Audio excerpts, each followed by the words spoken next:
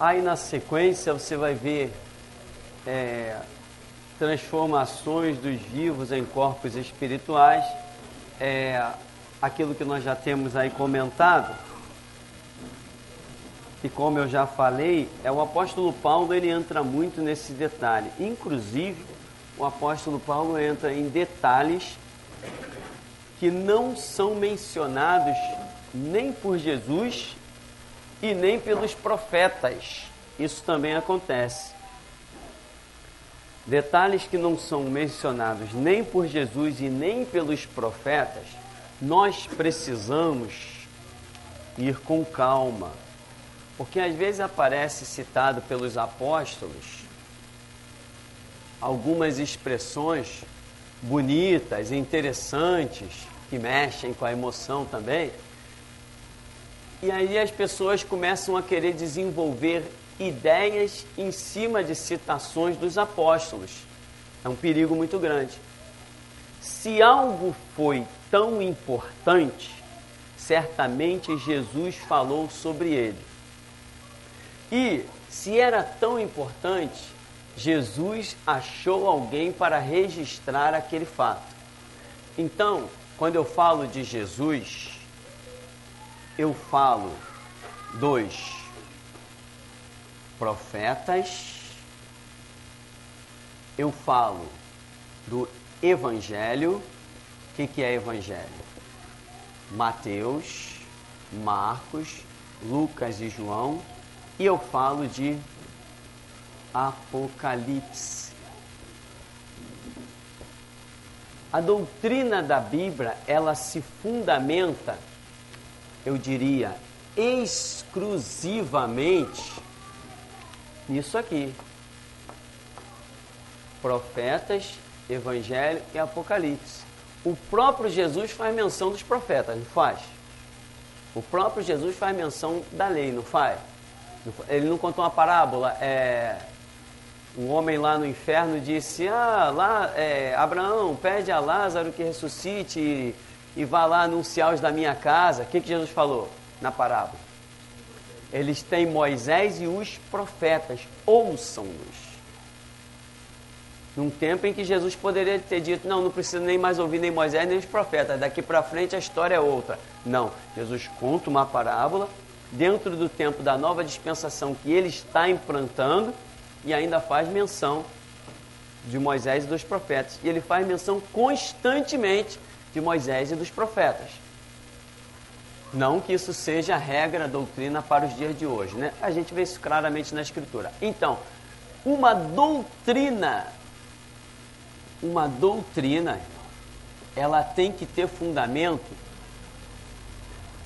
em toda a Escritura e não em alguns pontos em particular. Nenhum livro da Bíblia pode se degradar. Nenhum livro da Bíblia pode entrar em conflito. Nenhum. Se isso está acontecendo, nós temos que entender. Por exemplo, muita gente diz que Tiago acreditava na salvação através de obras. E que Paulo em Efésios diz, não, pela graça sois salvos, isso não vem das obras, e acham que ali tem um conflito. Não existe um conflito. Examinando, nós chegamos à conclusão de que tanto Tiago quanto Paulo estão falando da mesma coisa, por caminhos diferentes.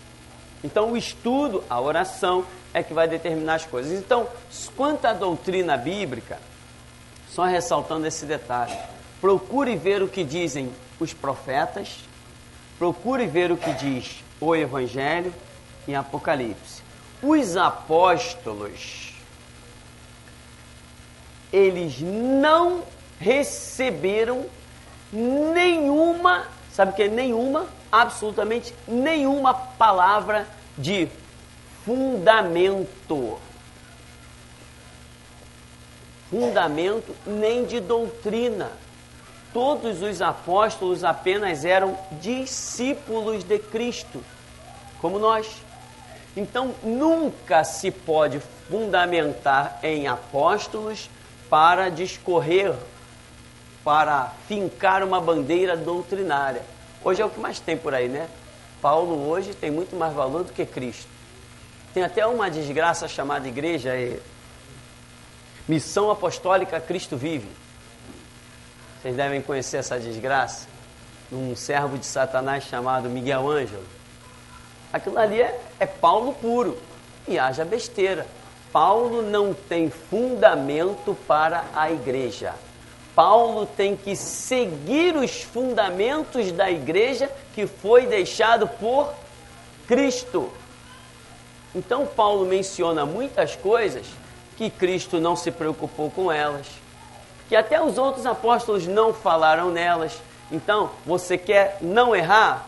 Fundamente-se naquilo que foi revelação direta do alto. Ah, mas a Bíblia não é a palavra de Deus? Não. A Bíblia, como nós costumamos dizer, ela tanto é quanto ela contém a palavra de Deus.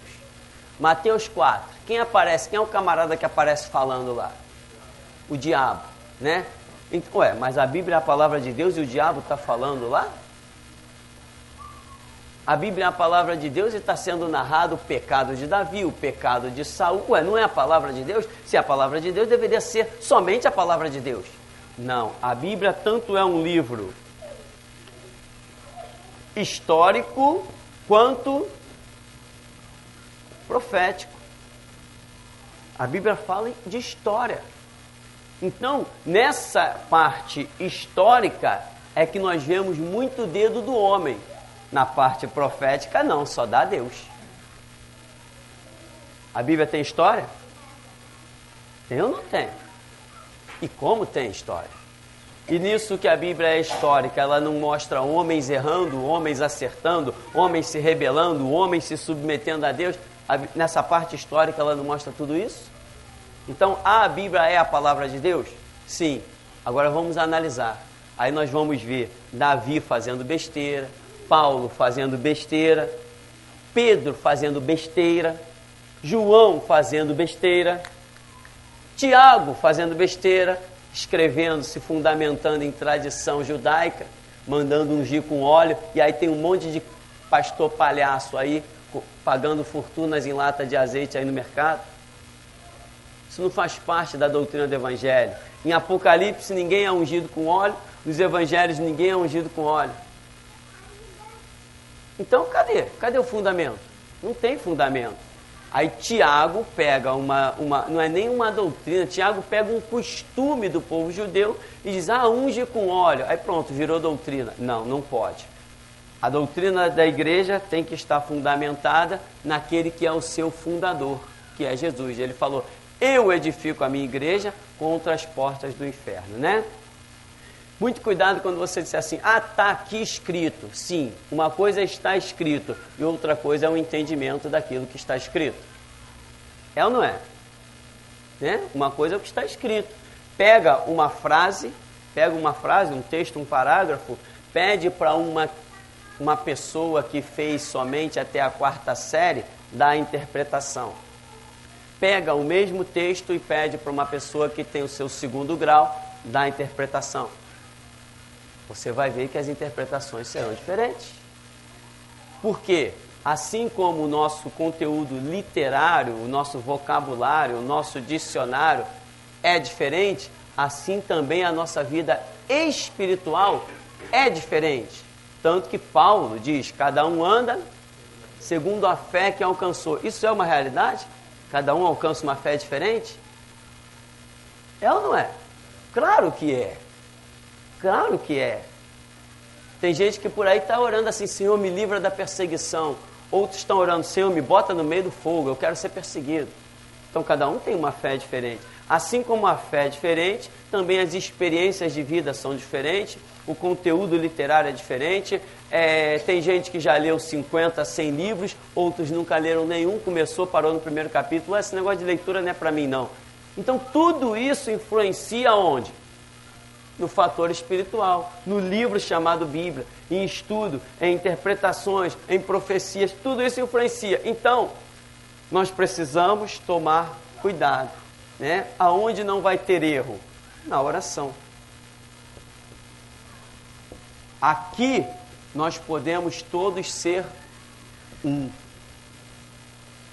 havendo um empenho sério à oração, nós chegaremos às mesmas conclusões, porque estaremos recebendo da mesma fonte.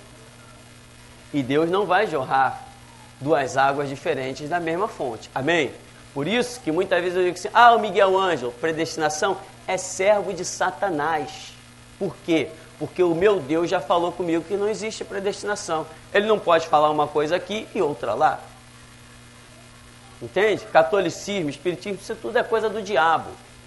Porque o que ele tem falado comigo é diferente. Qualquer um que disser, não, Deus falou comigo diferente. Mentira, Deus não falou nada contigo.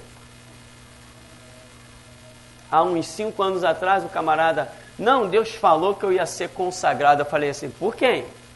Não, Deus falou que eu ia ser consagrado. Eu falei, não falou mesmo. Não, mas falou, não falou. Eu comecei a questionar de tal maneira que o camarada no final já estava admitindo que Deus não tinha falado. Deus não pode falar uma coisa comigo e falar outra contigo. Aí ele seria um Deus de confusão. Então muita gente diz assim, Deus falou comigo. Por quê? Por causa da emoção. É algo que ele acha que é bom, vai favorecê-lo, vai engrandecê-lo, vai destacá-lo. Então Deus falou comigo. Mas quando você questiona, depois da oração você questiona, aí você põe à prova. Teve uma pessoa de longe que esteve aqui nos visitando uma vez, aí chegou e falou assim, olha, Deus falou comigo que para eu ser usada por Ele, eu tenho que usar a roupa aqui, eu não posso usar sapato de salto alto, era uma mulher, eu não posso isso, eu não posso aquilo. Falou, depois de 5 minutos falou um monte de coisa, eu falei, Deus não falou contigo não.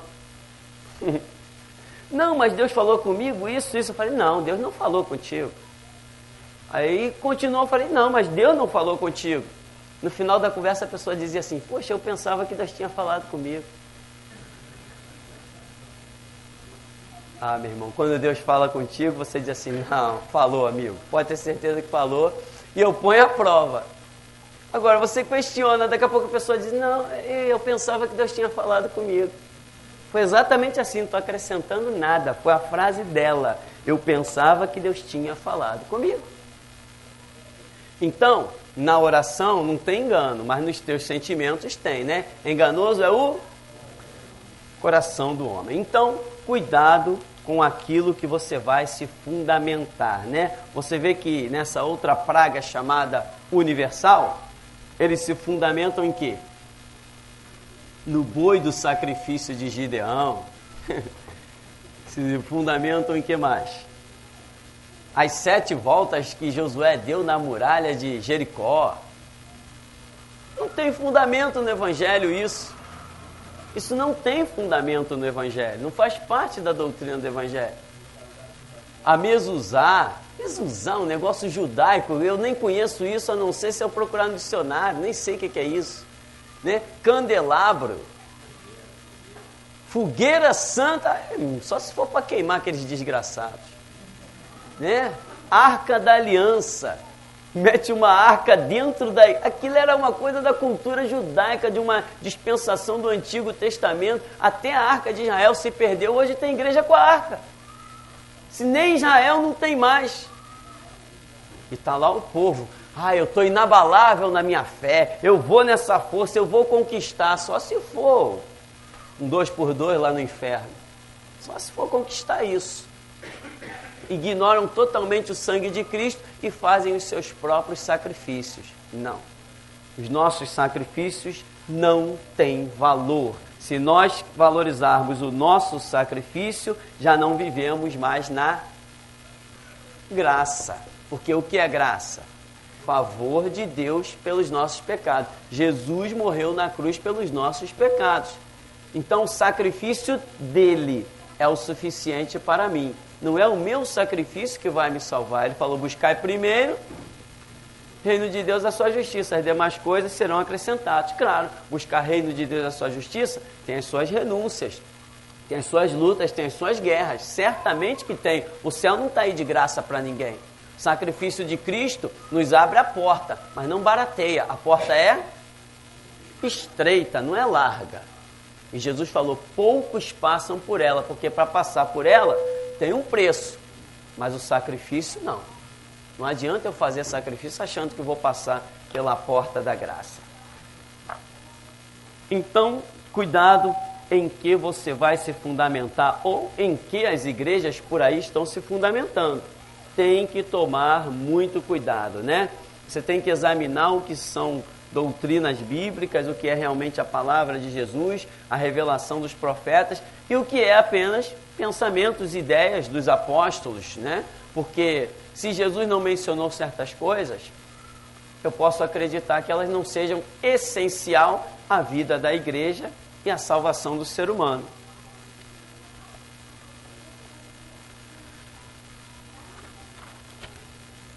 Bem, eu acho que então dá para nós comentarmos um pouquinho, rapidinho, na página 35, sobre a grande tribulação, o derramamento da ira de Deus. Vamos comentar sobre isso rapidinho.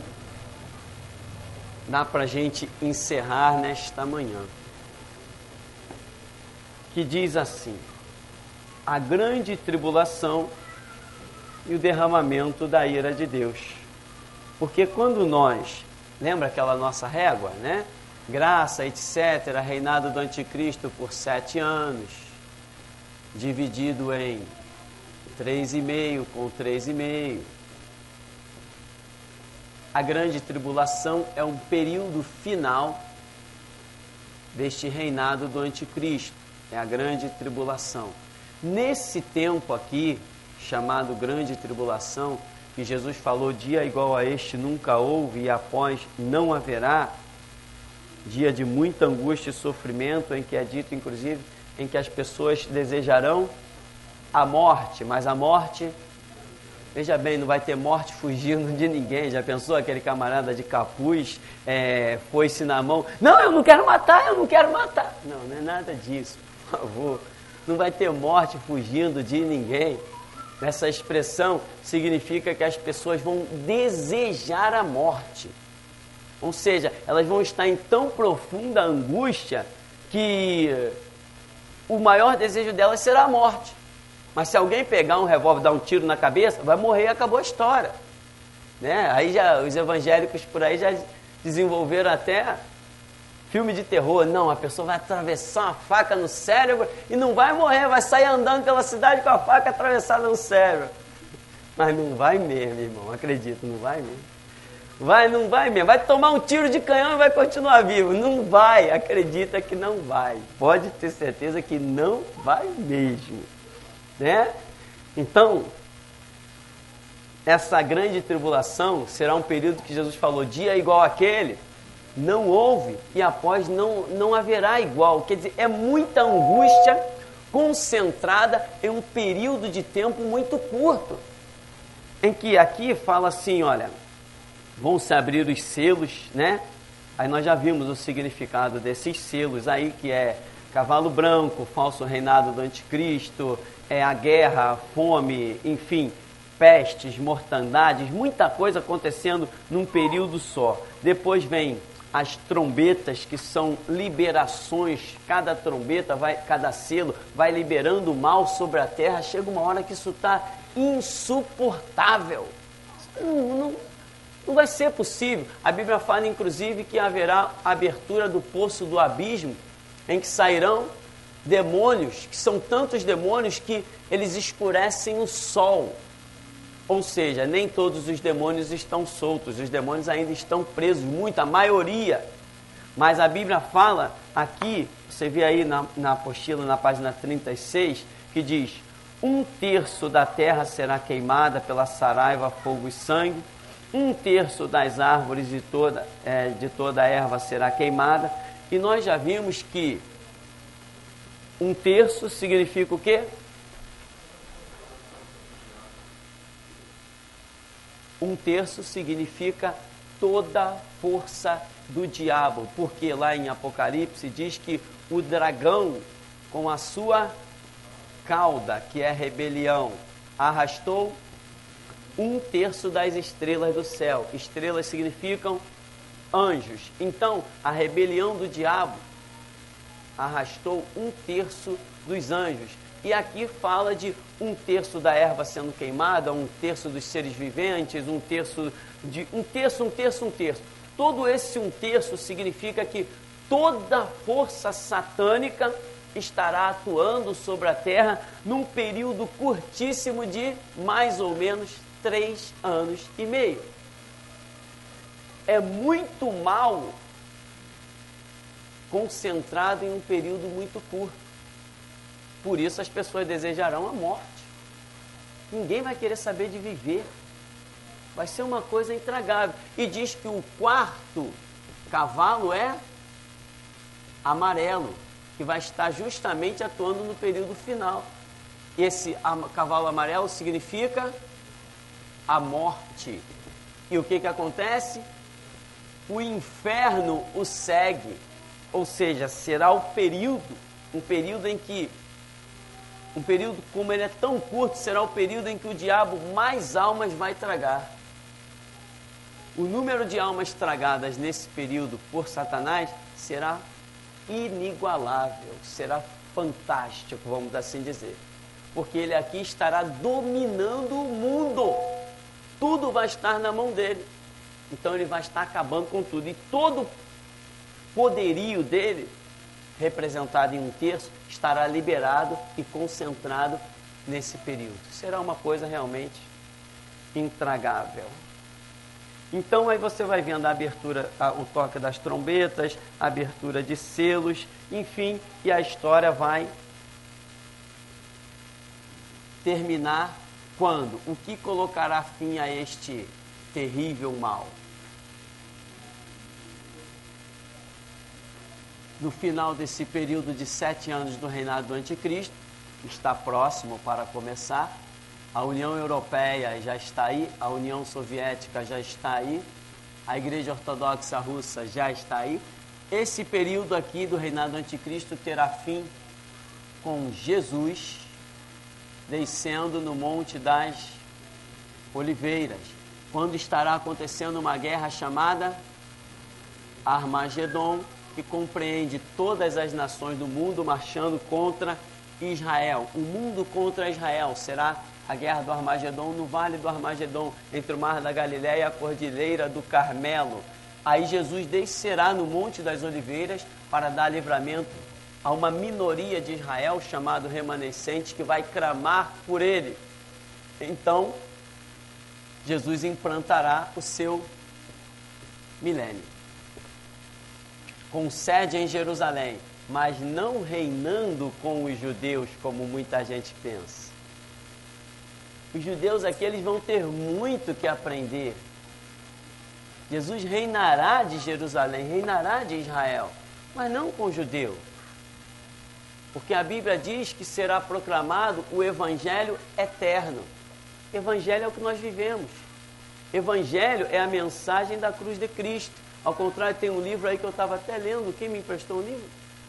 Você me mostrou um livro que fala, acho que foi, que o homem diz que o Evangelho eterno, que é mencionado lá em Apocalipse, é um evangelho diferente, que não é esse evangelho. Ele está errado.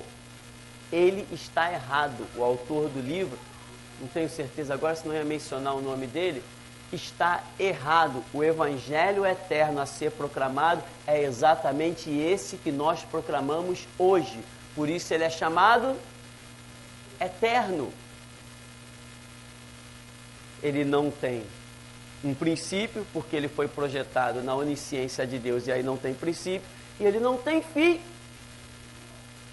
Ele terá um fim de ser proclamado quando a consumação dos séculos existirem. A terra passar, o céu e a terra passarão, mas ele terá continuidade eternamente no seu efeito, através nas nossas vidas lá na eternidade. Então, no milênio, nós proclamaremos o evangelho. E os judeus que forem escapes quando Jesus descer no Monte das Oliveiras, esses terão que aprender o evangelho. E quem os ensinará? Paulo, Pedro, Tiago, João, aqueles lá que Jesus falou, né? Quando o Filho do Homem se assentar na sua glória, vós vos assentareis sobre 12 tronos para julgar as 12 tribos de Israel. Então, eles aprenderão o evangelho. Mas enquanto eles estão aprendendo o Evangelho, nós já estamos espalhados pelo mundo, conquistando almas para Jesus. Alguma pergunta aí? Ou podemos ficar por aqui? Então, os ímpios também que escaparem também da guerra e tudo, eles também terão uma oportunidade de aprenderem também, né? No milênio. Sim, certamente. Os ímpios, né? Porque ali na guerra do Armagedon, quando Jesus se manifestar sobre o Monte das Oliveiras, Jesus aniquilará milhares e milhares e milhares de pessoas. Muita gente será morta pelo resplendor de Cristo no Monte das Oliveiras. Muita gente vai morrer. Certo é de que todos aqueles que foram à guerra, não posso nem avaliar milhões de pessoas que foram à guerra, militarmente falando, tá? Os militares que se concentraram nessa batalha contra Israel serão todos dissipados, não vai escapar ninguém. Agora, fora isso, tem pessoas convivendo no mundo inteiro que não tomaram parte dessa guerra. Essas pessoas continuarão vivas e elas serão alvos do nosso trabalho com sede em Israel. Nós seremos espalhados por Jesus no mundo para alcançar essas pessoas que ficaram vivas, né? Jesus vai dizer para mim, se eu vier, né? Vai para o sul. Tomara que não gosta de frio. Vai dizer para outra, vai para o norte. Você vai para tal lugar. Você assume os canais de televisão em tal lugar. Você assume a rádio em tal lugar. E vamos trabalhar. Entendeu? Porque mesmo Jesus descendo no Monte das Oliveiras, as pessoas não vão se converter. Todo olho o verá. Mas as pessoas vendo Jesus descer no Monte das Oliveiras, elas vão se converter? Não. Por que não vão?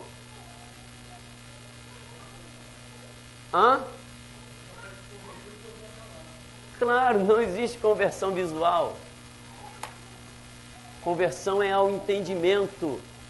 Conversão é quando você se rende a um conceito doutrinário, a um princípio. Ver Jesus não converte ninguém. O camarada não pode dizer assim, eu vi Jesus, tá, e daí? O que você sabe de Bíblia? Nada, então não é convertido. Quantas pessoas já disseram, eu fui curado por Jesus, tá, e daí? Qual o problema de ter sido curado? Conversão é uma doutrina, aquele que tem os meus mandamentos e os guarda. Esse é o que me ama. Quantas pessoas, quantos ímpios já entraram aqui e saíram curados? Depois me encontraram na rua, e naquele dia que eu fui lá, eu fui curado. Naquele dia que eu fui lá, a minha filha foi curada. Tá, e continua a caminho do inferno. E os 10 leprosos? Eram leprosos, né? Jesus passou, tinha 10 leprosos. Vai mostrar-se ao sacerdote. Quando eles olharam, a lepra tinha sumido. Quantos seguiram Jesus? E os outros 9? Os outros 9 foram comprar cocada, foram jogar bola de gude, sei lá, foi fazer qualquer coisa. Mas um seguiu Jesus. Então, ser alcançado por um milagre ou contemplar coisas maravilhosas de Deus não converte ninguém. Conversão só existe quando se tem a língua afiada no Evangelho. Como diz Paulo, 2 Timóteo 3,15, o que diz lá? Procura apresentar-te a Deus aprovado. Como? Como obreiro que não tem do que se envergonhar e maneja bem a palavra da verdade. Aprovado diante de Deus somente como obreiro que não tem do que se envergonhar e maneja bem a palavra da verdade. Jesus disse, né? O que tem os meus mandamentos e os guarda, esse é o que me ama. E esse que me ama será amado do meu Pai, eu também o amarei e me manifestarei a ele. Então, as pessoas continuarão vivas ao redor do mundo, os militares vão dançar, poderio bélico agora seremos nós, e nós entraremos na OAB e diremos assim, olha, arranque essa faixa aqui da OAB, por favor, você aí, sobe lá e escreve assim, olha, Geração Jesus Cristo. Mas o que está acontecendo? Daqui para frente, Tem uma Constituição aí? Tem, o que mais tem aqui, por favor? Na próxima esquina eu quero uma fogueira bem alta. Daqui para frente é Bíblia. Não nos interessa mais o que se diz juridicamente, só interessa o que se diz biblicamente. Amém? Esse é o tempo que nós viveremos. Eu já o vivo, mas vamos aguardar porque isso vai aumentar em muito ainda. Amém? Vamos ficar por aqui então. Demais você leia aí, não seja preguiçoso, porque como diz quando nós temos aula de exegese, o preguiçoso nunca será sábio. Amém? Mas pastor, eu não tenho tempo de ler. Poxa, irmão, então vai para casa, deixa essa cadeira vazia para quem tem tempo. Amém? Está satisfeito? Verdade é verdade, mentira é mentira. Temos que ser sim, sim e não, não. Vamos agradecer ao Senhor. Amado Deus, Pai querido, nós te glorificamos por esta manhã, de graça, compaixão e misericórdia, e nós não queremos aqui, ó Deus, guardar conceitos de homens ou filosofias humanas. Nós queremos a Tua palavra. Põe o Teu filtro nos nossos ouvidos, do nosso sentimento, no nosso espírito, para que seja armazenado dentro de nós a Tua palavra, ó Deus. Criador dos céus e da terra, nós confiamos no sangue de Cristo derramado no Calvário. Nós amamos a mensagem da cruz. Nós nos rendemos ao Espírito Santo e à Tua palavra, como está escrito.